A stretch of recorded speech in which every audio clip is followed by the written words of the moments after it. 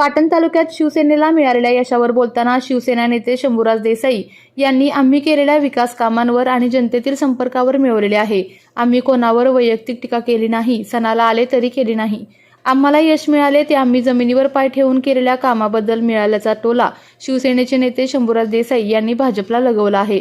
मतदारसंघामध्ये ह्या निवडणुकी काळात त्यामुळे तर तुम्हाला यश असं मिळालं असं वाटतं? नाही, बघा, आम्ही यश मिळवलं विकास कामांवर, संपर्कावर, पक्षाच्या भूमिकेवर, जिल्ह्याच्या प्रश्नावर. तुम्ही बघा, कोणी असू दे आमच्याकडे, आम्ही व्यक्तिगत टीका कोणीच प्रचारात केली नाही. आमच्या बाजूने म्हणजे जे आम्ही लढत होतो, आम्ही व्यक्तिगत तरावर आरे तुरे असलं आमच्याकडनं कधीच झालं नाही.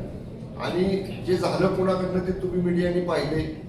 आम्हाला यश मिळालंय की आम्ही जमिनीवर पाय ठेवून काम केलं, लोकांच्यात राहून काम केलं, लोकांचे प्रश्न सोडवले, रात्रंदिवस फिरलो, त्याचा परिणाम आहे.